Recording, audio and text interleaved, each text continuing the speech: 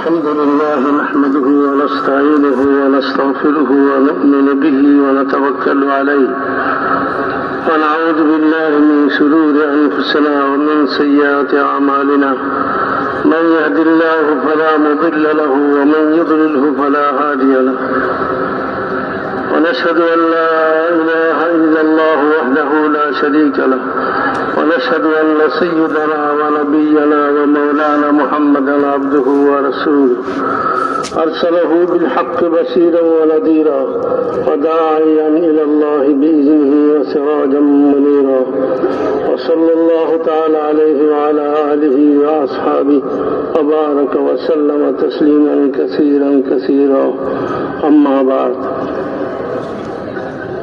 أعوذ بالله من الشيطان الرجيم بسم الله الرحمن الرحيم بل تؤثرون الحياة الدنيا والآخرة خير وأبقى إن هذا لفي الصحف الأولى صحف إبراهيم وموسى وقال الله سبحانه وتعالى قل هذه سبيلي أدعو إلى الله على بصيرة أنا ومن اتبعني وسبحان الله وما أنا من المشركين وقال رسول الله صلى الله عليه وسلم الكيس من دان نفسه وعمل لما بعد الموت والعاجز من أتبع نفسه هواها وتمنى على الله وقال عليه الصلاة والسلام بلغوا عني ولو آية أو كما قال عليه الصلاة والسلام صدق الله مولانا العظيم وصدق رسوله النبي الكريم ونحن على ذلك من الشاهدين والشاكرين الحمد لله رب العالمين মোহতারাম দোস্ত বুজুর্গ, আল্লাহ তাআলা আমাদের এখানে জমা হওয়াকে কবুল করেন এবং আল্লাহ পাক আমাদের এই জমা হওয়াকে আমাদের জন্য পুরো আলমের ইনসানের জন্য হেদায়েতের জরিয়া বানায় দেন। আমরা এক বহুত বড় মেহনতের সম্পর্কের কারণে এখানে জমা হয়েছি। ওই মেহনতটা হলো দাওয়াতি আল্লাহর মেহনত, যেটাকে আমরা নবীওয়ালা মেহনত বলি। যে মেহনত দিয়ে আল্লাহ তাআলা সমস্ত নবীদেরকে যুগে যুগে মানুষের হেদায়েতের জন্য পাঠিয়েছেন। প্রত্যেক যুগে নবী এই মেহনতকে নিয়ে আসতেন। এটা এমন একটা মেহনত, যে মেহনত হলো হেদায়েতের আসবাব, দাওয়াত হেদায়েতের ইয়াকিনী এবং নিশ্চিত আসবাব। আল্লাহ তাআলা প্রত্যেক যুগের মানুষের হেদায়েতের জন্য নবীদেরকে দাওয়াতের মেহনত দিয়ে পাঠাবেন। কি অর্থ এটা? এবং প্রথম যাকে মানুষ হিসাবে আল্লাহ তাআলা দুনিয়াতে পাঠালেন তাকে নবী হিসাবেও পাঠালেন। এই হেদায়েতের মেহনতের হেদায়েতের জন্য নবীওয়ালা মেহনতের অস্তিত্ব জরুরি। নবীওয়ালা মেহনতের অস্তিত্ব যদি না থাকে, নবীওয়ালা মেহনতের সাইকেল যদি মেহনত যদি না থাকে, তাহলে হেদায়েত আসবে না, গোমরাহিতে দুনিয়া ভরে যাবে। ঈসা আলাইহিস সালামের পরে 600 বছর দাওয়াতের মেহনত ছিল না, দাওয়াতের উম্মী মেহনত ছিল না। ঈসা আলাইহিস সালাম দীর্ঘদিন পর্যন্ত যাদের উপর মেহনত করছিলেন, যাদেরকে তাওহীদের উপরে ঈমানের উপরে তিনি চলে গেলেন, আল্লাহ তাআলা ওনাকে আসমানে উঠিয়ে নিলেন। এরপরে 650 বছর পর্যন্ত দাওয়াতের মেহনত ছিল না। তো এই সময়ের মধ্যে সমস্ত মানব জাতি গোমরাহির অন্ধকারের মধ্যে ডুবে গেল দাওয়াত না থাকার কারণে। আল্লাহ তাআলা হুজুর সাল্লাল্লাহু আলাইহি ওয়াসাল্লামকে ওই অন্ধকার যুগে দাওয়াতের মেহনত দিয়ে পাঠালেন। তিনি মক্কাতে মেহনত শুরু করলেন। মক্কা ও মদিনা মিলায়া 23 বছর তিনি মেহনত করছেন। এই 23 বছরের মেহনতের ফল সাহাবায়ে কেরামদের ওজুদ, অস্তিত্ব, ঈমান ওনাদের এক মজমুয়া। একটা মাজমা, একটা সমষ্টি তৈরি হল এবং ওই জাহালতের অন্ধকার খতম হয়ে গেল। হেদায়েতের আলো, হেদায়েতের নূর ছড়াইল।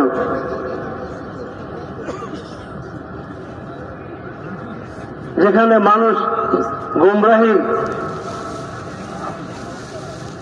ভিতরে এভাবে ডুবেছিল যে বাইতুল্লাহ তাওয়াফ করতো তারা ল্যাংটা হয়ে, মূর্তি পূজা করতো। বাইতুল্লাহর ভিতরে মূর্তি পূজা হতো, যে বাইতুল্লাহকে আল্লাহ তাআলা তার ঘর হিসাবে বলছেন, এটা আমার ঘর, আল্লাহর ঘর। আল্লাহ তাআলা ইব্রাহিম আলাইহিস সালামকে দিয়ে এই ঘরকে পুনর্নির্মিত করেছেন। সেই ঘরের মধ্যে মূর্তি পূজা হতেছে। মক্কা মদিনার ঘরে ঘরে শিরক, কুফর, অন্ধকার ছড়াইছিল। রাসূলুল্লাহ সাল্লাল্লাহু আলাইহি ওয়াসাল্লাম মেহনত শুরু করলেন, দাওয়াতের মেহনত একা একই শুরু করলেন। আল্লাহ তাআলা হুকুম দিলেন, ফাসদা বিমা তুমার ওয়া আরিদ আনিল জাহিলিন, যে আপনি প্রকাশ্যে দাওয়াত দেওয়া শুরু করেন। জাহিলদের পরোয়া করবেন না, তারা আপনার সাথে কি ব্যবহার করবে, তারা আপনাকে কষ্ট দিবে, তারা আপনার সাথে কি আচরণ করবে, এগুলোর কোনো পরোয়া করবেন না, আপনি প্রকাশ্যে দাওয়াত দেন। রাসূলুল্লাহ সাল্লাল্লাহু আলাইহি ওয়াসাল্লাম খাদিজা রাদিয়াল্লাহু তাআলাকে বললেন যে, খাদিজা, চাদর ভাঁজ করে রেখে দাও, আমার চাদর ভাঁজ করে রেখে দাও। আল্লাহ তাআলার পক্ষ থেকে হুকুম এসে গেছে দাওয়াতের, লা রাহাতা বাদাল ইয়াউম, আজকের পর থেকে মুহাম্মদের জন্য আরাম হারাম হয়ে গেল। রাসূলুল্লাহ সাল্লাল্লাহু আলাইহি ওয়াসাল্লাম একাই মেহনত শুরু করলেন। খাদিজা কুবরা মহিলাদের মধ্যে সর্বপ্রথম যিনি রাসূলুল্লাহ সাল্লাল্লাহু আলাইহি ওয়াসাল্লামের রিসালাত ও নবুয়তের উপরে ঈমান আনেন এবং তার সাহায্য করার জন্য কোমর বন্ধে তৈরি হন। আর পুরুষদের মধ্যে, বয়স্ক পুরুষদের মধ্যে হযরত আবু বকর রাদিয়াল্লাহু তাআলা আনহু, তিনি হুজুর সাল্লাল্লাহু আলাইহি ওয়াসাল্লামের সামনে আসলেন, আসি বললেন যে, হে মুহাম্মদ, আমি আপনাকে তালাশ করতেছি, আপনি কোথায়? হযরত আবু বকর রাদিয়াল্লাহু তাআলার সাথে হুজুর সাল্লাল্লাহু আলাইহি ওয়াসাল্লামের ঘনিষ্ঠ বন্ধুত্ব ছিল আগে থেকেই। আবু বকর রাদিয়াল্লাহু তাআলা অত্যন্ত ন্যায়নিষ্ঠ মানুষ ছিলেন, যদিও কাফের ছিলেন, কিন্তু কুফরের অবস্থাতেও তিনি কোনো সময় শরাব পান করেন নাই, মদ পান করেন নাই, মূর্তি পূজা করেন নাই। তার বিবেকে এটা বাধ্য, এটাকে বলে সুস্থ বিবেক। এটাকে কি বলে? সুস্থ বিবেক। বিবেক যখন অসুস্থ হয়ে যায়, এই মানুষের ব্রেক থাকে না, ভালো মন্দ সে ফয়সালা করতে পারে না, সিদ্ধান্ত নিতে পারে না। আর আবু বকর রাদিয়াল্লাহু তাআলা প্রধান বিচারপতি ছিলেন মক্কাতে এবং বড় ব্যবসায়ী ছিলেন, বিবেকবান মানুষ ছিলেন। তিনি এই সমস্ত মূর্তি পূজা, নিজের হাতে গড়া কাঠের মাটির তৈরি এইসব মূর্তি পূজা, এগুলাকে তিনি পছন্দ করতে পারতেন না। আর শরাব পান করা আর অসভ্যতা, বেহায়াই, এগুলোকে পছন্দ করতেন না। অর্থাৎ সুস্থ বিবেকের অধিকারী ছিলেন। বিবেক যখন সুস্থ হয়, এই সমস্ত লোকের হেদায়েত পাওয়ার সম্ভাবনা থাকে। এরা দাওয়াতকে বুঝতে পারে, দাওয়াতকে, এদের অন্তর খোলা থাকে, এদের দিলের অন্তরের কপাট দরজা খোলা থাকে। হকের কথা যখন কানে ঢুকে, তো কানের ভিতর দিয়ে দিলের মধ্যে ঢুকে যায়। একটা গাছের মধ্যে গেছে, জামাত উমুমি গাছের মধ্যে, জীবনে কোনোদিন তবলিগের সময় নেই, জীবনে কোনোদিন মসজিদে আসে নাই, কোন জুমাতে আসে নাই, ঈদে আসে নাই, জানাজা শরীফ হয় না কোনোদিন। স্বাধীন বেপরোয়া লোক, স্বাধীনভাবে জীবনযাপন করে। তবলিগ সম্পর্কে তার সেও পরিবেশের কারণে সেও প্রভাবিত, সেও মনে করে একটা বেকার মেহনত। কিন্তু যখন একটা জমাত উসুলের পাবন্দির সাথে, আল্লাহর ধ্যান ও আল্লাহর জিকিরের সাথে, নববী তরিকায় কোন তরিকায়?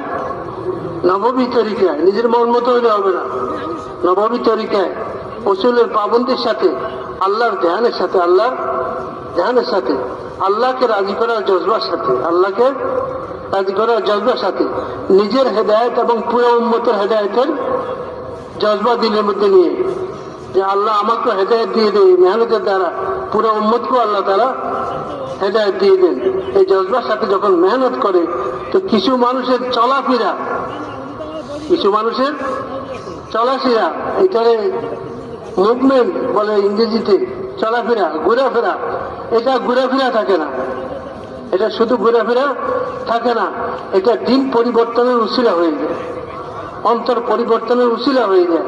ওই লোকটা যে স্বাধীন চেতা বেপরোয়া লোক, তার নজর পড়ে জমাতের উপরে, নিচের দিকে নজর দিয়ে রাস্তার ডান পাশ দিয়ে বন বন করে জিকির করতে করতে সুন্নত তরিকায় চলতেছে, এক একজন মুসলমানের কাছে যাইতেছে, সালাম দিতেছে, মুসাফা করতেছে, তাকে আখিরাত বুঝাইতেছে, আল্লাহ বুঝাইতেছে, ইমান বুঝাইতেছে, মওতের পরে জিন্দেগি বুঝাইতেছে, দুনিয়ার জিন্দেগি ধোঁকা, আখিরাতের জিন্দেগি হাকিকত, মরতে হবে, মরার পরে আল্লাহ তাআলার সামনে যাইতে হবে।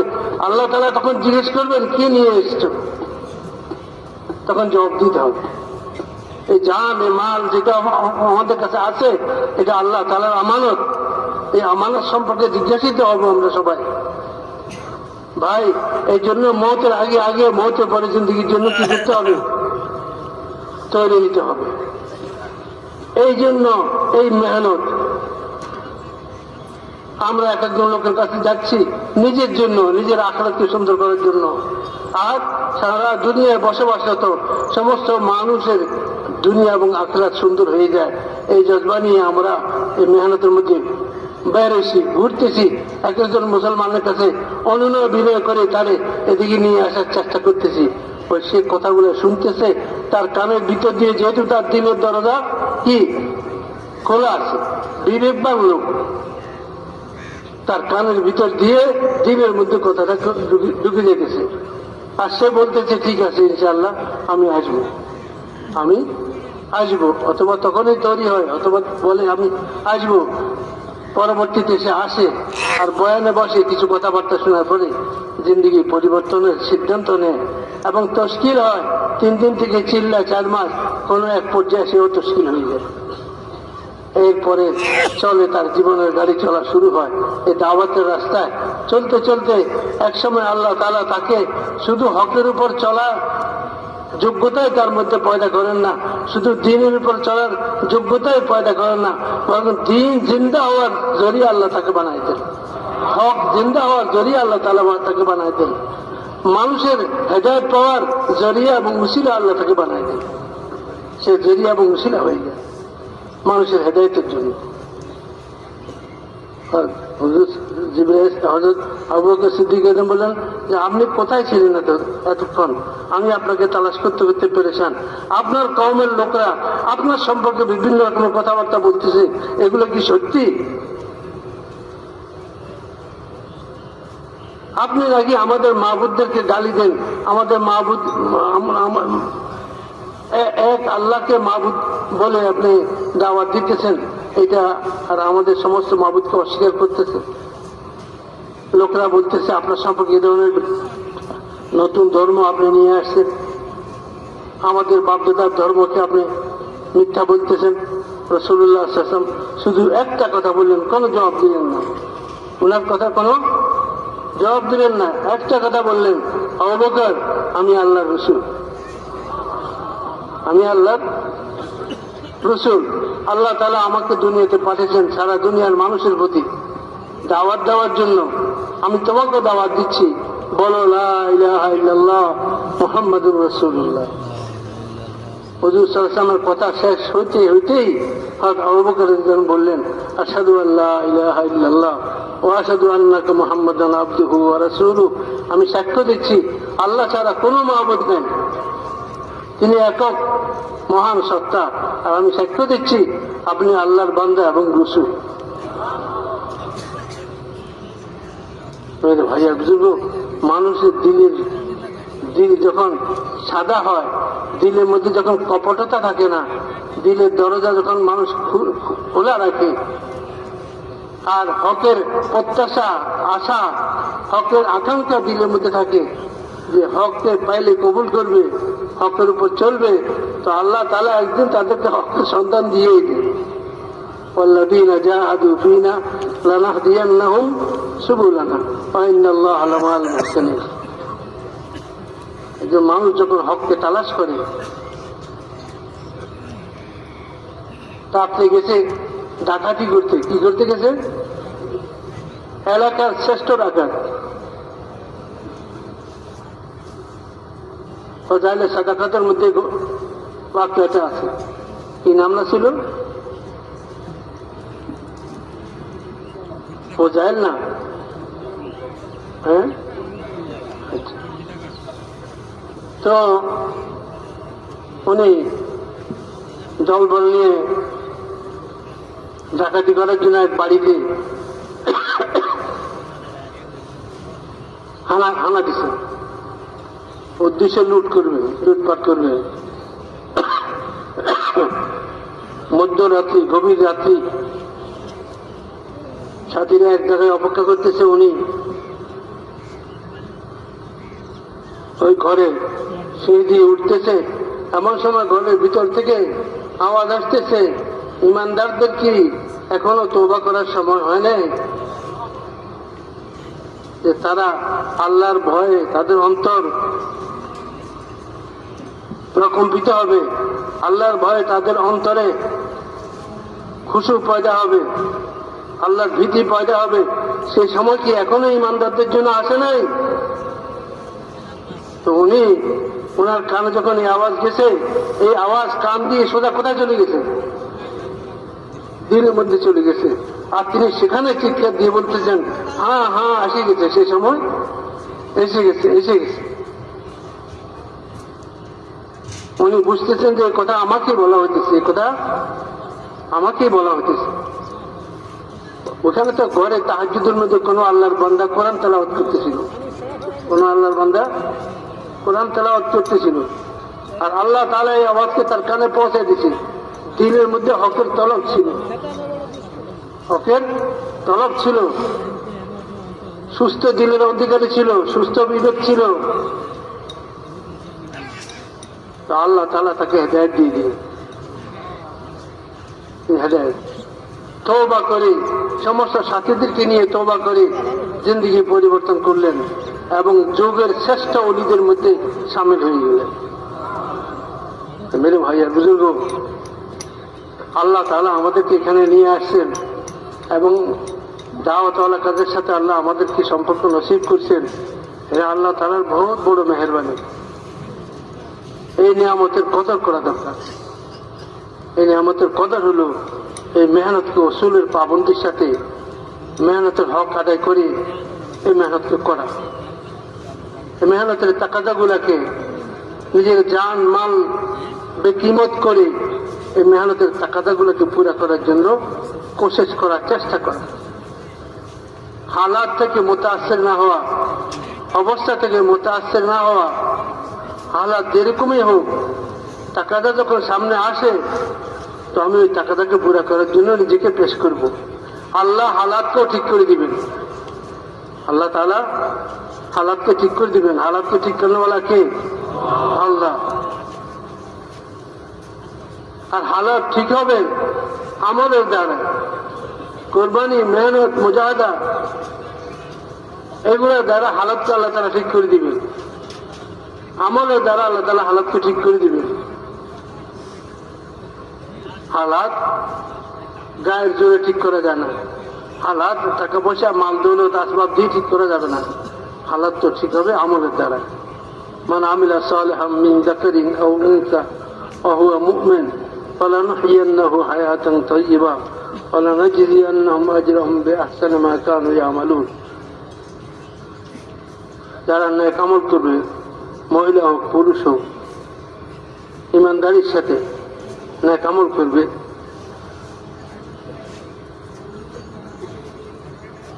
আল্লাহ তাআলা বলেন ফালানুহয়িন্নাহু হায়াতান তাইয়্যিবা, আমি তাদেরকে অবশ্যই অবশ্যই পবিত্র হায়াতে তৈবা নসিব করবে, হায়াতে তৈবা দান করবে। মোহব্বতওয়ালা হায়াতে তৈবা মানে হায়াতে তৈবা কি? মোহব্বতওয়ালা হায়াত, এমন জীবন যে জীবন মোহব্বতে ভরা। মানুষের দিলের মধ্যে মোহব্বত আসবে। আল্লাহ তাআলা বলেন, যদি ঈমান আমলকে সহি করে নাও তো আমি তোমাদের আপসের মধ্যে মোহব্বত পয়দা করে দেব। ইন্নাল্লাযীনা আমানু ওয়া আমিলুস সালিহাত সায়াজআলু লাহুমুর রাহমানু উদ্দা। যারা ঈমান আনবে আর যারা আমল করবে, আল্লাহ বলেন যে আল্লাহ অতি সত্বর তাদের মধ্যে মোহব্বত পয়দা করে দিবে, ভালোবাসা পয়দা করে দিবে। আর সারা দুনিয়া মোহব্বতের কাঙ্গাল, কিন্তু মোহব্বত তো বাজারে কিনতে পাওয়া যায় না, ভালোবাসা বাজারে কিনতে পাওয়া যায় না। আল্লাহ তাআলা বলেন, ভালোবাসা মোহব্বত তো আমি তোমাদেরকে দিব যদি তবে ঈমান আমল ওয়ালা হও, তোমাদের ঈমান সুন্দর হয়, তোমাদের আমল সুন্দর হয়ে যায়। তো আল্লাহ বলেন, আমি তোমাদের মধ্যে পরস্পর মোহব্বত পয়দা করে দিব। সাহাবারা তাদের পরস্পর কত বিরোধ ছিল, কত শত্রুতা ছিল, কত মারামারি হানাহানি ছিল, এই সবগুলো দূরে থেকে হয় নাই। ওয়াশকুরু নি'মাতাল্লাহ ইয কুনতুম আ'দাআন ফাআল্লাফা বাইনা কুলুবিকুম ফাআসবাহতুম বিনি'মাতিহি ইখওয়ানা ওয়া কুনতুম আলা শাফা হুফরাতিন মিনান নার ফাআনকাযাকুম মিনহা। আল্লাহ তাআলা বলেন যে তোমরা ওই সময়টাকে স্মরণ করো, ইয কুনতুম আ'দাআন, যখন তোমরা পরস্পর শত্রু ছিলা, একে অন্যের রক্ত পিপাসু ছিলা, একে অন্যের ইজ্জত নিয়ে টানাটানি করতা, যখন তোমরা সাধারণ বিষয় কেন্দ্র করে শত শত বছর যুদ্ধের মধ্যে কাটাইতা, পরস্পর গোষ্ঠীগত যুদ্ধ, বংশগত যুদ্ধের মধ্যে যুগ যুগ কাটাইতা সাধারণ বিষয় নিয়ে। কার উঠে আগে পানি খেয়েছে, কার উঠে পরে পানি খেয়েছে, কার উঠের কুচ লাগিয়া, কার গাছের পাখির বাসা ভাঙিয়ে গেছে, কেন তার উঠের কুচ দিয়া আমার পাখির বাসা ভাঙলো, এই জন্য জিন্দা উঠের কুচটাকে তরবারি দিয়ে কাটিয়ে দিচ্ছে। আর ওই উটটা যখন রক্তাক্ত অবস্থায় তার মালিকের বাড়িতে গেছে, মালিক বলে আমার উটকে কে এরকম আহত করলো, খবর নিয়ে তারপর শুরু হলো যুদ্ধ। ওই দিকে বলছে যে 120 বছর পর্যন্ত যুদ্ধ করছে। মরার সময় একে অন্যকে ওসিয়ত করে যেত আওলাদদেরকে বদলা নিয়ে, এত যে হালত ছিল। আল্লাহ তাআলা বলেন, ওয়াজকুরু নি'মাতাল্লাহ ইয কুনতুম আ'দাআন, আল্লাহর ওই নিয়ামতকে স্মরণ করো যখন তোমরা পরস্পরের এরকম শত্রু ছিলা। ফাআল্লাফা বাইনা কুলুবিকুম, আল্লাহ তোমাদের আপসের মধ্যে তোমাদের অন্তরকে জুড়ে দিলেন। ফাআসবাহতুম বিনি'মাতিহি ইখওয়ানা, দ্বীন ইসলামের বরকতে, ঈমানের বরকতে তোমরা পরস্পর ভাই ভাই হয়ে গেলা। ফাআসবাহতুম বিনি'মাতিহি ইখওয়ানা, আল্লাহর নিয়ামত ইসলাম, আল্লাহর নিয়ামত ঈমান। ঈমান আল্লাহ তাআলার নিয়ামত, ইসলাম আল্লাহ তাআলার নিয়ামত, হিদায়াত আল্লাহ তাআলার নিয়ামত।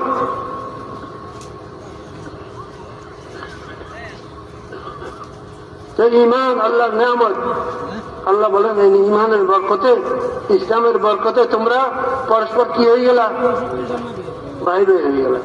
وكنتم على شفا حفرة من النار, আর তোমরা গুনাহ করতে করতে, নাফরমানি করতে করতে, আল্লাহর হুকুম নষ্ট করতে করতে, খায়সাতের উপর চলতে চলতে, বাতিলের ইত্তেবা করতে করতে তোমরা জাহান্নামের কিনারে পৌঁছে গেছিলা, জাহান্নামের কিনারে পৌঁছে গেছিলা। ফাআনকাযাকুম মিনহা, আল্লাহ তাআলা মেহেরবানি করে তোমাদেরকে একবার জাহান্নামে পড়ে যাইতেছিলা এরকম অবস্থা থেকে উঠে নিয়ে আসে।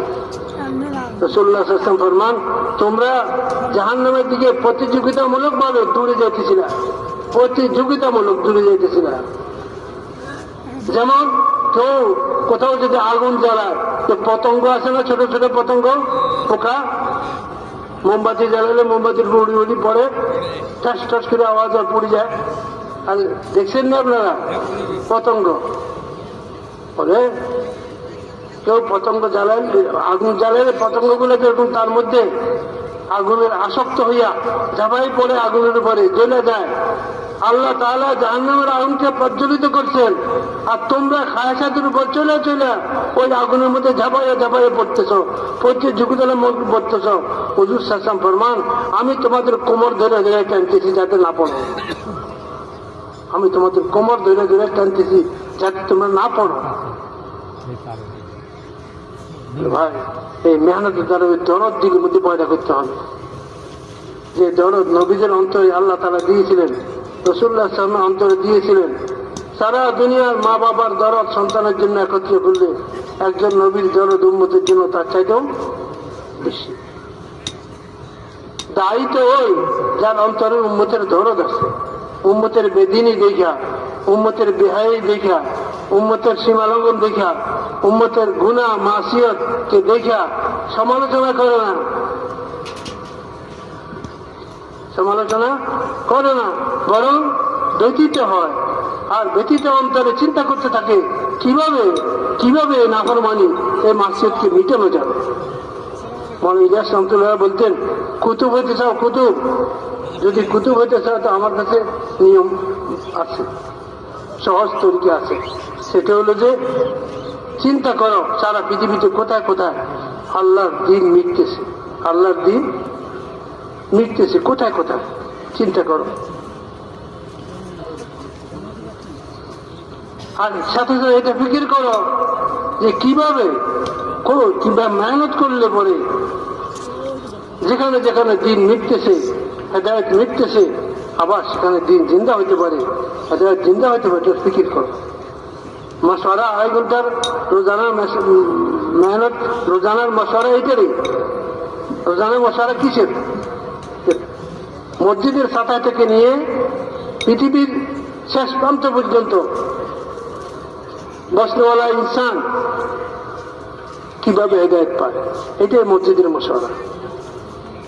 মসজিদের মশওয়ারার নাম এটা না যে কয়েকজন বসলাম, বসা করলাম যে কালকে তালিম কি করবি, বলে অমুক করবে, যে বস ঠিক আছে হয়ে গেল উঠে যাই, এটা না। ফিকির করেন যে দুনিয়া, সারা দুনিয়াতে বসবাসরত মানুষ হেদায়েত কিভাবে পায়, 100% মুসলমান কিভাবে দ্বীনের উপর আসতে পারে, ইমানের উপর আসতে পারে। মসজিদ থেকে নিয়ে ফিকির হবে পুরা পৃথিবীর জন্য, মসজিদ থেকে তশকিল হবে সারা দুনিয়াকে সামনে রাখি, চিল্লার জন্য, চিল্লার জন্য, আলমের জন্য। আলমে ফিকির করবে মসজিদের সাথীরা যে ভাই আমাদের মসজিদ থেকে দুনিয়ার প্রত্যন্ত কোণে যাওয়ার জন্য কে কে তৈরি আছে। এটা দেখবো না তার কাছে টাকা পয়সা আছে কিনা, তার কাছে ধন সম্পদ আছে কিনা, তার কাছে শিক্ষা দীক্ষা আছে কিনা, না না, এগুলোর উপর নির্ভর করে না। দেখেন যে ওই দিলওয়ালা কিনা, কিওয়ালা, দিলওয়ালা কিনা দেখেন, দরদওয়ালা কিনা দেখেন। যদি দরদি লোক হয়, দিলওয়ালা লোক হয়, অন্তরে দিনের দরদ থাকে, উম্মতের দরদ থাকে, মহব্বত থাকে, ফিকির থাকে, তো যদি তার কাছে জাহিরি আসবাব নাও থাকে, আল্লাহ ব্যবস্থা করে দিবে, আল্লাহ তাআলা ব্যবস্থা করে দিবে। আগে জমানা তো বিদেশি জামাতগুলো যে তৈরি হইতো, বহুত কোরবানির সাথে তৈরি হইতো। গরু বিক্রি করে, বিবির গলার অলংকার, হাতের অলংকার বিক্রি করে, বিবিরে তৈরি করে যে তোমারও আল্লাহ তাআলা মেহনতের নেকি দান করবেন। কোরবানি দিয়ে ধার কর্য করে আল্লাহ রাস্তায় যাইত। আর সাধারণ মানুষ ছিল, গ্রামের মানুষ ছিল, খুব বেশি শিক্ষিত ছিল না, ভালো করে বিভিন্ন দেশের ভাষায় কথাও বলতে পারতো না, নিজের দেশের ভাষায়ও শুদ্ধ কথা বলতে পারে না। এই ধরনের লোকগুলো কিন্তু দিলের মধ্যে দরদ ছিল, দিলে ব্যথা ছিল, মহব্বত ছিল উম্মতের। তো আল্লাহ তাআলা তাদেরকে ওই সমস্ত দেশে যেখানে কোনোদিন সে চিন্তাও করে নাই সে যাইতে পারবে, যেখানকার ভাষাও সে জানে না, আল্লাহ তাআলা সেখানকার মানুষের হেদায়েতের জন্য তাকে উসিলা বানিয়ে দিয়েছে, জরিয়া বানিয়ে দিয়েছে। সাহাবায়ে কেরাম কোন ভাষা জানতেন? আরবি ছাড়া আর কোন ভাষা জানতেন? কিন্তু যে কোনো মুলকে গেছেন, পুরা মুলকিকে বদলাই দিচ্ছেন, পুরা মুলকিকে কি করছেন ভাই? বদলাই দিচ্ছেন। আজও মেরে ভাইয়ের বুজুর্গ, এই মেহনতের মধ্যে তাকত রয়ে গেছে। যদি মেহনতটা ওই সেফাতের সাথে করা হয় তাহলে ইনশাআল্লাহ আজও এই মেহনতের দ্বারা জিন্দগি পাল্টাবে, আমাদের জিন্দগিও পাল্টাবে আর উম্মতের জিন্দগিও পাল্টাবে। আল্লাহ তাআলা আমাদেরকে রাসূলের পাবন্দির সাথে আল্লাহ দ্বীনকে সারা দুনিয়াতে জিন্দা